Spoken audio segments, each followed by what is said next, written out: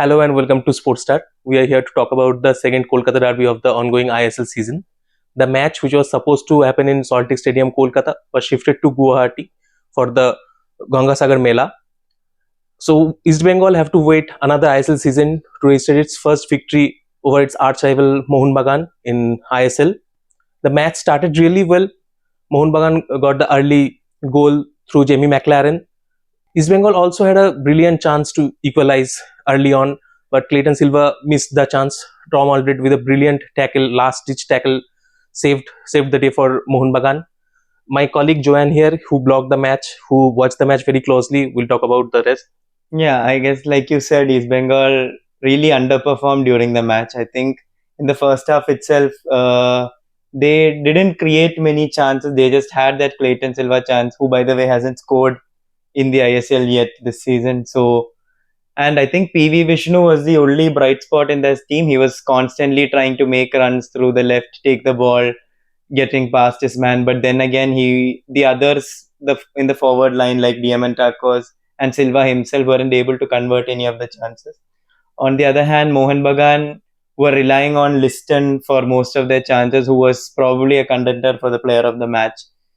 But yeah, I think things went from bad to worse for East Bengal when Souvik was shown the second yellow in the second half for a challenge on Liston himself. So I think after that it was just smooth sailing for Mohun Bagan, who were happy with just keeping the ball or letting East Bengal play for most of the match. So there are a lot of injuries to East Bengal's defense. Even the first goal, which came through Ashish Rai's pass, they failed to clear the ball, and it fell kindly to Jamie McLaren, who showed his class and scored the goal. But the forward line of East Bengal, which was boasted by Diamantakos and the others, they didn't perform as much. What are your thoughts about East Bengal and how their season is unraveling? I think it is. I think they have improved a lot after Bruzon's appointment, but they are still yet to find that spark or make use of the big name signings that they have done. Diamantakos, who was firing for almost every other game, Kerala Blasters last season, was left frustrated for a most part of the game. You could see him waving his arms around, not getting enough passes or anything.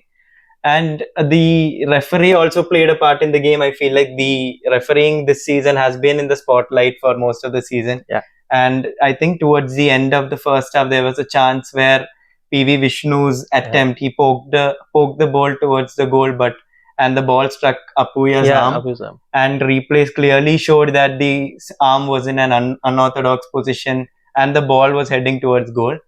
But the referee did not say anything and the play just resumed. So I think those were the places where East Bengal could have had maybe equalized.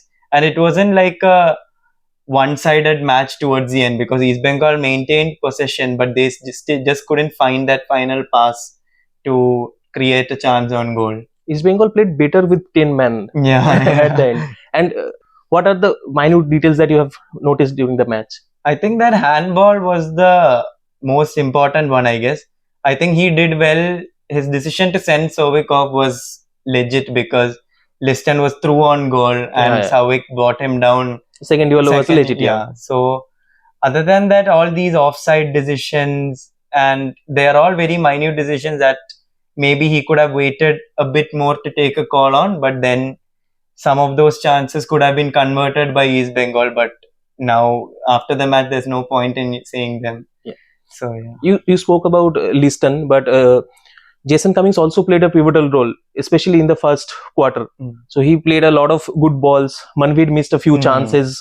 So Mohun Bagan missed a lot of chances. So the match 1-0, the scoreline doesn't justify how dominant Mohun Bagan was in the entire match.